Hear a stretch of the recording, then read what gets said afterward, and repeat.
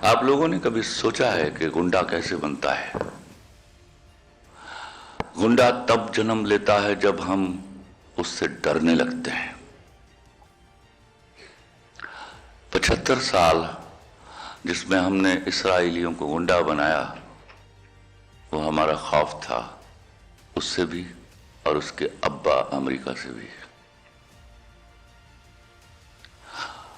ہمارے خوف نے ہمارے اندر کی وہ رمق پیدا کی ہے جو بجھنے کا نام نہیں لے رہی۔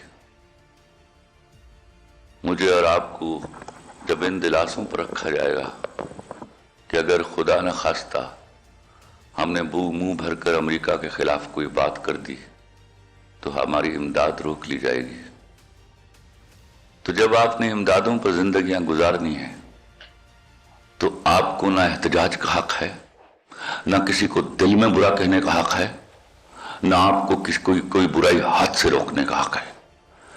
76 سالوں سے آپ کب تک ایک بھکاری قوم کا روپ دھار کر دنیا کے سامنے کھڑے رہیں گے اور اپنے حقوق کی بات کریں گے؟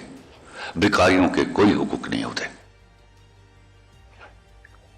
ہم جو ہیومن رائٹس کی بات کرتے ہیں، کتنی رسپیکٹ دیتے ہیں بھکاریوں کو، ہمیں نہیں معلوم۔ کوئی دوسری تیسری بار مجھ جیسے باتیں کرنے والے کی گاڑی کا شیشہ بھی کھٹکھٹائے تو مجھے غصہ آ جاتا ہے، اور آپ تو مسلسل 76 سالوں سے ان کے شیشہ کھٹکھٹا رہے ہیں۔ آپ نے کبھی نہیں سوچا IMF کیا ہوتا ہے؟ اس میں جو فنڈ کریٹ ہوتا ہے اس میں کیسے منی پول کیا جاتا ہے، پیسہ پول کیا جاتا ہے، اس میں یہودیوں کا حصہ کتنا ہے؟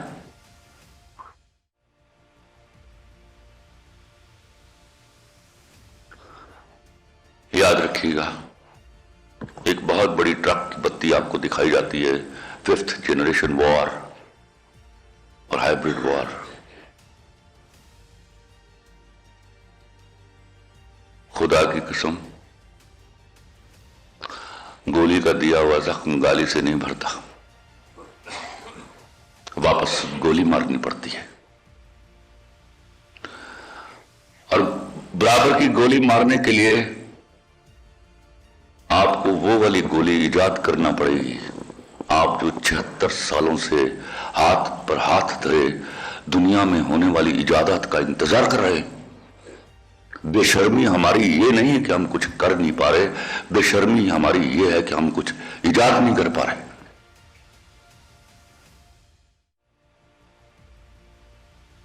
ایک بڑی ایجاد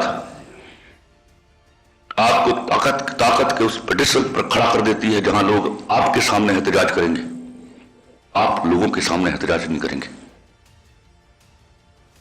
لیکن کیونکہ آپ نے پھر کسی انگریزی سیکھنی ہے، پھر کسی انگریزی پڑھنی ہے، اور آپ آج مجھے بتائیے سب کے سب بیٹھ کے اور کھڑے ہو کے یہاں کہ کتنی کتابیں ہیں جو آپ اپنے مصنفین کی پڑھتے ہیں یہاں؟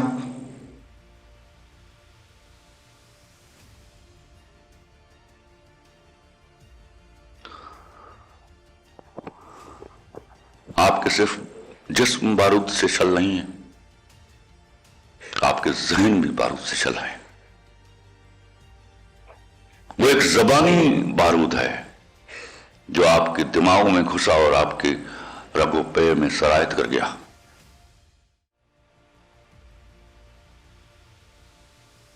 ایک خالی خولی زبان کو آپ نے سر پر اس طرح سوار کیا ہوا ہے کہ آپ کے اندر بغیرتی کی بیماری کا وجود ہی ختم نہیں ہوتا۔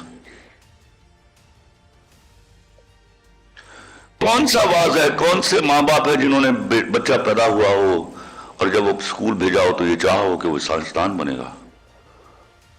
تو اگر آپ نے ایجادات کے لیے دوسروں کا منہ دیکھنا ہے تو آپ یہاں بیٹھ کر صرف سکھ کی گالیاں دے سکتے ہیں، اور اس قسم کی جنگ کا نام جس میں لاشیں گرائے جاتے ہیں، آپ ان کو کبھی ہائیبرڈ وار کہیں گے اور کبھی 5th جنریشن وار کہیں گے۔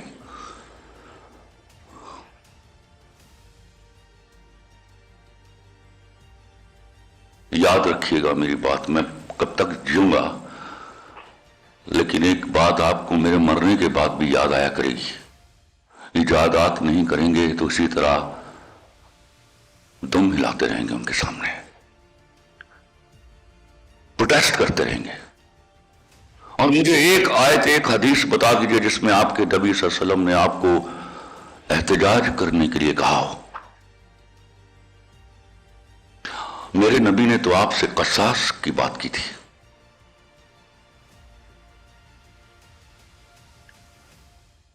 آپ منطق پر آ جائیے۔ ابھی بڑی اچھی بات انہوں نے کی ہمارے ماڈریٹر نے، ٹرمز ہمیشہ طاقت ڈیفائن کرتی ہے۔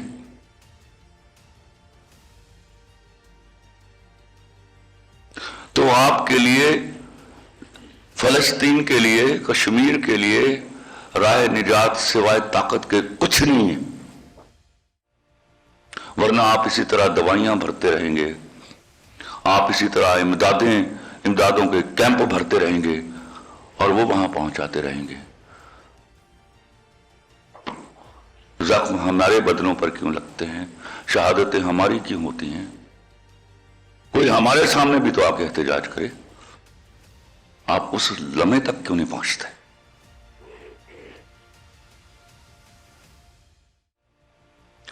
پوری زندگی میں ایک واعظ میں کسی مولوی کو یہ کہتے ہوئے نہیں سنا کہ تم لوگ ارادات کرو۔ میں بار بار اس بات پر زور دیتا ہوں۔ آج وہاں بیٹھے ہوئے بڑے بڑے، روز تم لوگ گھنٹوں اپنے سیل فونوں کی کارکردگیوں کے بارے میں بات کرتے ہوں، آپ سے ٹیکنالوجی چھین لے تو آپ دھرے کے دھرے رہ جاتے ہیں جیسے کہیں 4-5 ہزار سال پہلے کی دنیا میں ہو۔ یہ اوقات ہے ہماری، بیکاریوں کی یہی اوقات ہوا کرتی ہے۔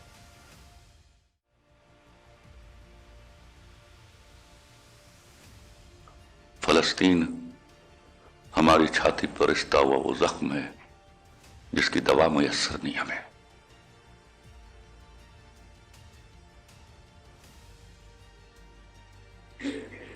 اور میں تو اس بات سے ڈرتا ہوں کہ آپ ان سے لڑنے کے لیے بھی انہی سے اسلحہ خریدتے ہیں،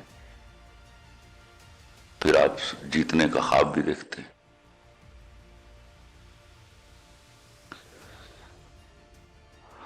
آپ کا مقصد حیات اگر طاقت نہیں ہوگا تو یاد رکھیے گا، کمزوروں کے لیے امدادیں ہوا کرتی ہیں، بھیک ہوا کرتی ہے، انصاف نہیں ہوا کرتا۔